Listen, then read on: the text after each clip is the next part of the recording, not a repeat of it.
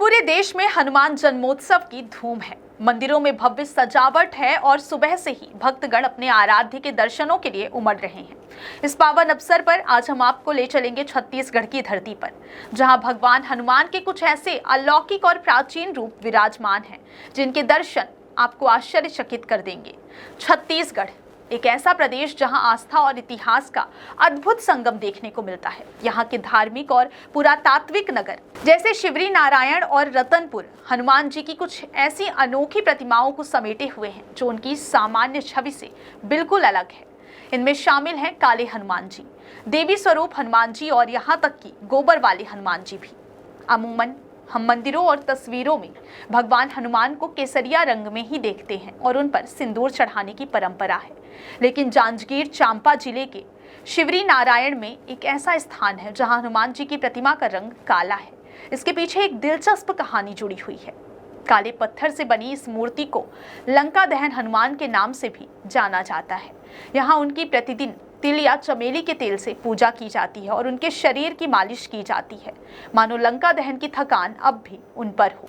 जिस प्रकार आग से झुलसे व्यक्ति का उपचार किया जाता है और उसकी तपन दूर की जाती है, ठीक उसी विधि से यहाँ हनुमान जी की सेवा की जाती है। इस स्थान को छत्तीसगढ़ की जगन्नाथपुरी भी कहा जाता है।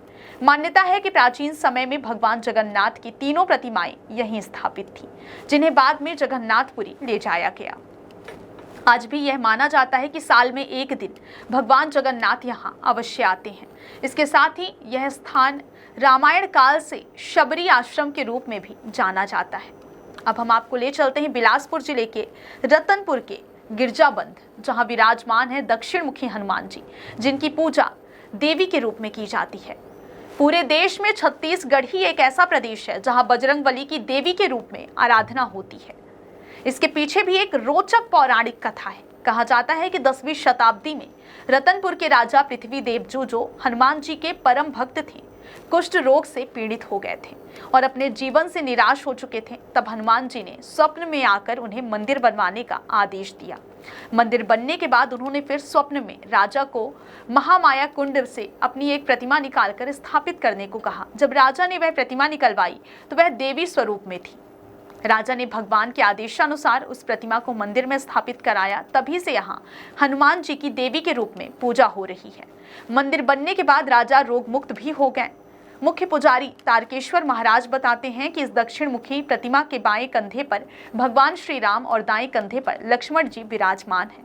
हनुमान जी के पैरों के नीचे 2 राक्षस दबे हुए हैं, जिनमें से एक को अहिरावण माना जाता है। वे कहते हैं कि गोस्वामी तुलसीदास ने भी बजरंगबली के एक ऐसे रूप का वर्णन किया है। और अब हम आपको ले चलेंगे भिलाई के जामुल थाना क्षेत्र के नारधा गांव में, जहां विराजमान है गोबर वाले हनुमान जी। बाबा रुखड़नाथ महाराज के आश्रम में पश्चिम मुखी यह प्रतिमा भक्तों के लिए एक और आश्चर्य का केंद्र है।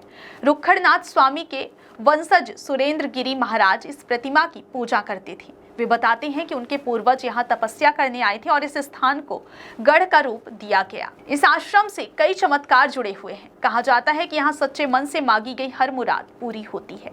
यहाँ तक कि निसंतान दंपतियों को भी संतान की प्राप्ति होती है।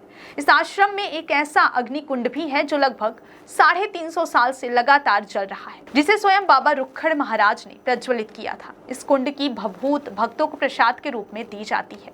इसके अलावा यहाँ एक पवित्र कुंड भी है, जिसके पानी को इतना पवित्र माना जाता है कि इससे स्नान करने से कुष्ठ रोग भी ठीक हो जाता है। तो यह है छत्तीसगढ़ की धरती पर विराजमान भगवान हनुमान के कुछ अद्भुत और रहस्यमयी रूपों की कहानी। यह आस्था और चमत्कार का एक ऐसा संगम है जो हमें हमारी पौराणिक और धार्मिक विरासत की गहराई में ले जाता है। हनुमान जन्मोत्सव के इस पावन अवसर पर इन अलौकिक प्रतिमाओं के दर्शन निश्चित रूप से आपके मन में श्रद्धा और आश्चर्य का भाव जगाएंगे। बहुत बहुत धन्यवाद।